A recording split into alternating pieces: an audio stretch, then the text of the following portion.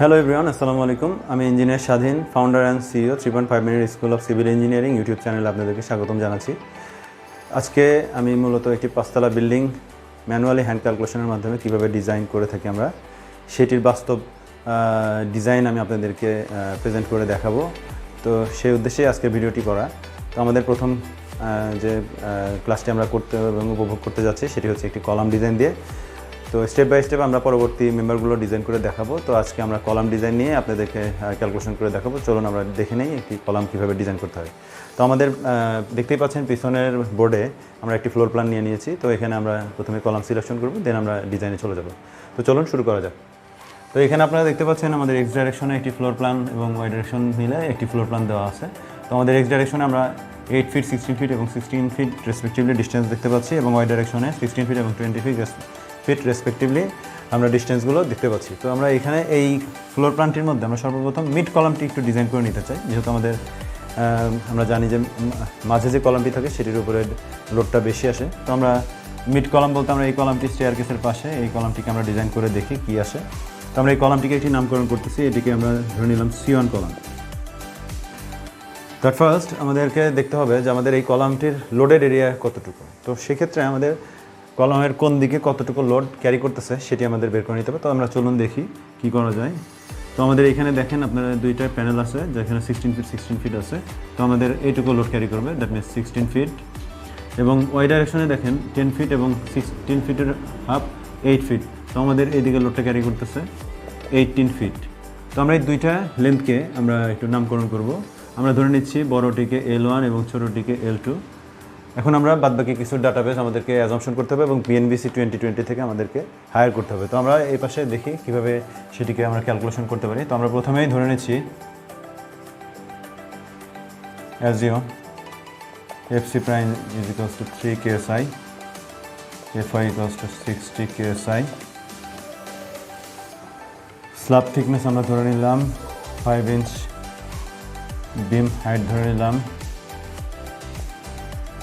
20 ইঞ্চি। যেহেতু আমাদের এখানে ডিস্টেন্স 20 ফিট দেওয়া আছে, আমরা হাইটটা 20 ইঞ্চি ধরে নিলাম বিমের। সরি ভিউয়ার্স, বিম উইথ আমরা ধরে নিচ্ছি 10 ইঞ্চি। আমরা লেন্থ 1 পেয়েছি এখানে 18 ফিট, লেন্থ 2 আমরা পেয়েছি 16 ফিট, এবং টোটাল লেন্থ আমরা পেয়েছি 18 প্লাস 16 34 ফিট। অতএব loaded area of the column is equals to আমরা পেলাম 18 ইন্টু 16। ক্যালকুলেশন করে দেখি 18 ইন্টু 16 আমরা পাচ্ছি 288 ফিট স্কয়ার। আপনারা দেখতেই পাচ্ছেন আমরা লোডেড এরিয়া অফ দ্য কলামটা আমরা পেয়ে গিয়েছি। আমরা এখন দেখব এই কলামটির উপর আমাদের কী কী লোডগুলো আসতেছে, C1 কলামের উপর আমাদের কী কী লোডগুলো পাই। তো আমরা প্রথমেই ডেড লোডটা কাউন্ট করে নিব। Dead load from slab, self weight of the slab 5 divided by 12 into 150। আমরা পাচ্ছি কত? 5 ইন্টু 150 ডিভাইডেড বাই 12, 62.5 PSF। যেহেতু আমরা স্ল্যাব থিকনেস ধরে নিয়েছি 5 ইঞ্চি, আমরা ফ্লোর ফিনিশটা ধরবো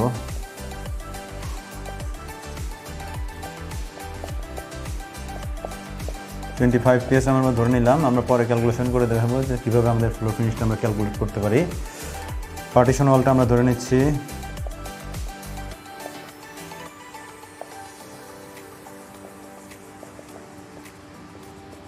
50 PSF।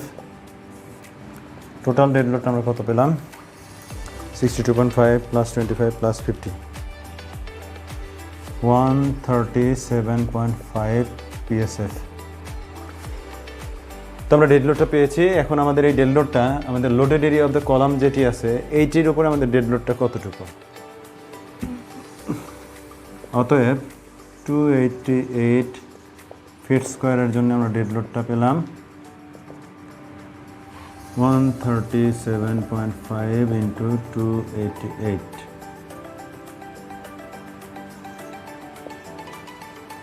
137.5 into 288.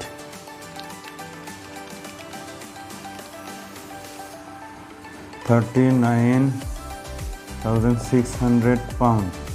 আমরা এটাকে কিপে নেই 39.6 কিপ। আমরা লাইভ লোডটি কত পেলাম এটার জন্য 288 ফিট স্কোয়ারের জন্য আমরা লাইভ লোডটি পেলাম 45।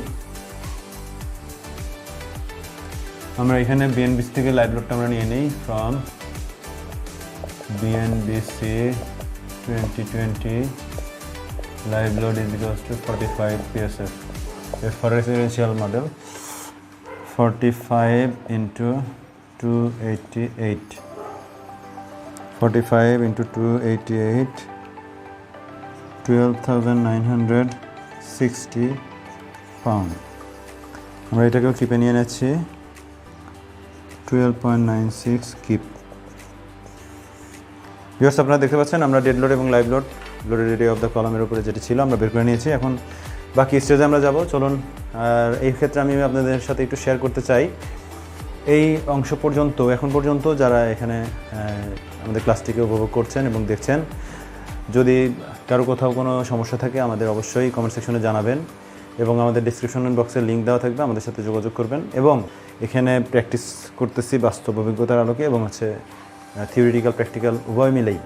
তো এই ক্ষেত্রে আপনারা যারা ভিউয়ার্স যারা দেখতেছেন, আমার সিনিয়র থাকলে যদি কোথাও কোনো ভুল ত্রুটি থাকে আপনারা অবশ্যই আমাকে কমেন্ট সেকশনে জানাবেন এবং আমার কাছ থেকে যদি কোনো হেল্প আপনাদের প্রয়োজন হয় আপনারা অবশ্যই আমাদের সাথে যোগাযোগ করবেন। ধন্যবাদ। তো চলুন আমরা বাকি অংশটুকু দেখে নেই।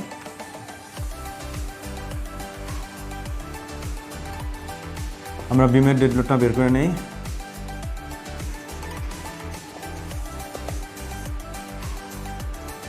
Self weight of the beam BW is equals to আমরা এখন বিমের ডেড লোডটা বের করার জন্য সেলফ ওয়েট যখন বের করব তখন আমাদের একটা সেকশন দরকার হবে। তো আমি সেকশনটা এখানে আঁকায় নিচ্ছি। ধরে নিলাম এটা আমাদের বিম 5 ইঞ্চি স্ল্যাব এবং বাদ বাকি 15 ইঞ্চি থাকলো। টোটাল হাইট অফ বিম আছে আমাদের 20 ইঞ্চি। এটাকে আমরা ফ্লেঞ্জ বলবো, এটাকে আমরা ওয়েব বলবো। উইথ ধরে নিয়েছি আমরা 10 ইঞ্চি। তো আমাদের এখন বিমের ক্যালকুলেশন যেভাবে সেলফ ওয়েট আমরা বের করব 10 divided by 12 into 15 divided by 12 এইটা into 34 feet into length of beam into 150 psf। তো এখানে আমাদের ক্যালকুলেশনের পর আমরা যা পাচ্ছি 10 divided by 12 into 15 divided by 12 into 34 into 150 5,312.5 কি 5 পাউন্ড। আমরা এটাকে কিপে নিয়ে যাচ্ছি 5.31 কিপ। নাও আমরা আরও কিছু ডেটা আমাদের এখানে মুছে দিতে হবে কারণ আমাদের ক্যালকুলেশন আরও বাদ আছে। তো আমরা এই অংশটুকু আমরা উপরে লিখে নিতে চাই। ভিউয়ার্স আপনারা কি দেখতে পাচ্ছেন? কারো কোনো প্রবলেম থাকলে অবশ্যই আমাদের কমেন্ট সেকশনে জানাবেন। তো আমরা নেক্সট স্টেজে যাই। তো আমরা এটা মুছে নিলাম। আমরা এই ডাটাটা আমরা এখানে উঠাবো। আমাদের ডেড লোড আমরা পেয়েছি ফর স্ল্যাবের জন্য 39.6 কিপ এবং লাইভ লোড আমরা পেয়েছি 12.96 কিপ। তো আমরা এই অংশটুকু মুছে দিলাম। তো আপনারা দেখতে পাচ্ছেন এখানে আমাদের সেলফ ওয়েট অফ দ্য বিম কিন্তু আমরা পেয়েছি। এখন আমরা অতএব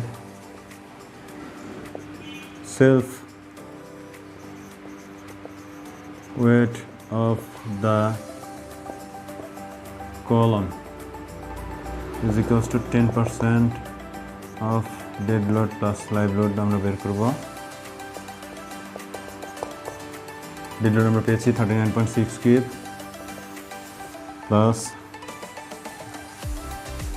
5.31 প্লাস লাইভ লোড আপনারা দেখতে পাচ্ছেন 12.96,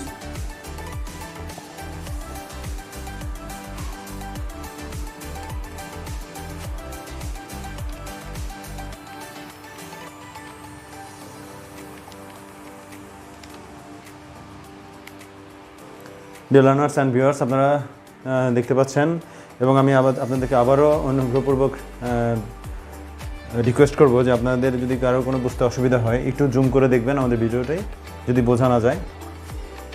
তো আমরা এই ক্যালকুলেশন করে যে ডাটাটা পেলাম, আমরা ফলাফলটি যেটা পেয়েছি 5.78 কিপ। তো আমাদের কলামের উপরে যে লোডগুলো ছিল সেগুলো আমরা বের করতে পেরেছি। আমরা এখন টোটাল কলামের উপরে যে লোড আসে সেটিকে কীভাবে ফাইন্ড আউট করতে হবে আমরা সেটি এখন বের করে ফেলবো। তো আমরা বিমের ডেড লোডটা আমরা এখানে লিখে নিলাম।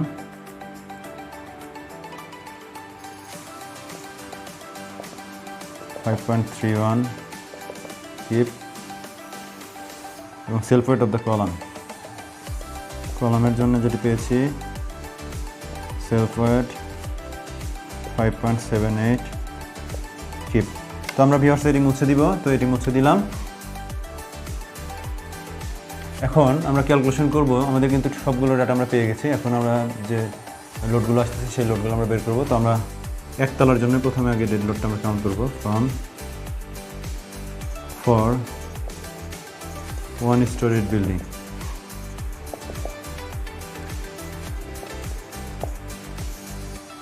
আমরা ডেড লোড যেটি পেয়েছি একতলার জন্য আমরা ডেড লোড কতটুকু পেলাম 39.6 plus 5.31 plus 5.78,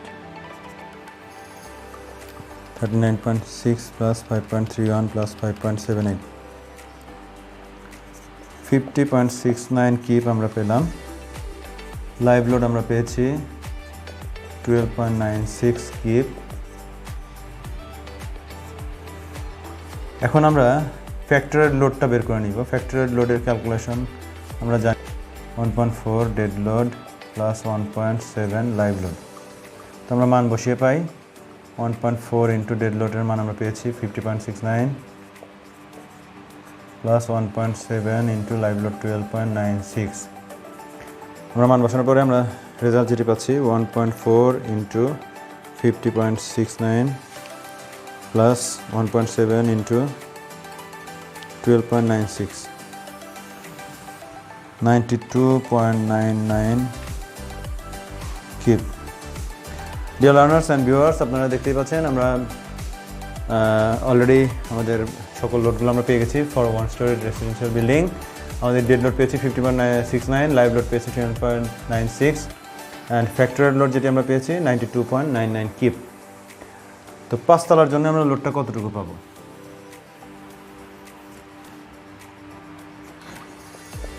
For 5 storied building, dead load আমরা পেলাম 5 ইন্টু 50.69, লাইভ লোড আমরা পেলাম 5 ইন্টু 12.96 অ্যান্ড ফ্যাক্টরেড লোড আমরা পেলাম 5 into 92.99।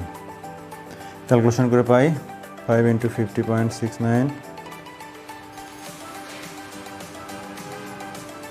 253.45 keep. 5 into 12.96 64.8 keep. Factory load আমরা পেয়েছি 5 ইন্টু 92.99 464.95 কিপ।